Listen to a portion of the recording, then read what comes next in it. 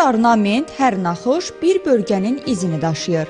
Onlar sadəcə bəzək deyil, tarixin yaddaşı, milli irsimizin rəmzidir.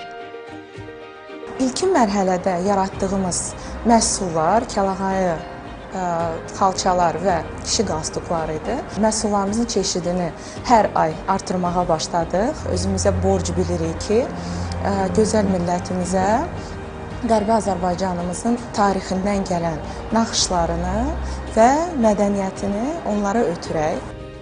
Qərbi Azərbaycana məxsus ornamentlər bugün müxtəlif formada. Xalçalarda, kəlağayılarda, qalstuklarda, şərflərdə və digər məhsullarda istifadə edilir.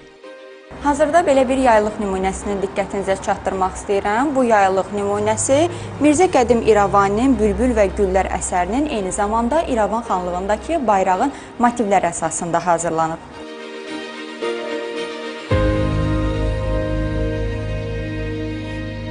Rəng seçimində isə əsasən qırmızı, mavi, yaşıl tonlar diqqət çəkir. Qırmızı həyat və enerji, mavi səma və azadlıq, yaşıl isə ümid rəmzi kimi qəbul edilir.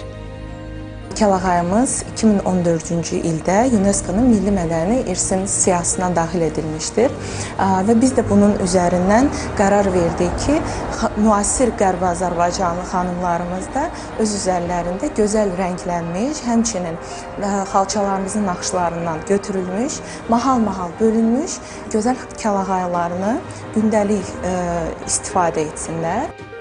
Dədə-baba torpaqlarımıza məxsus milli rəmzlərlə hazırlanan bu məhsullara tələbat da çoxdur.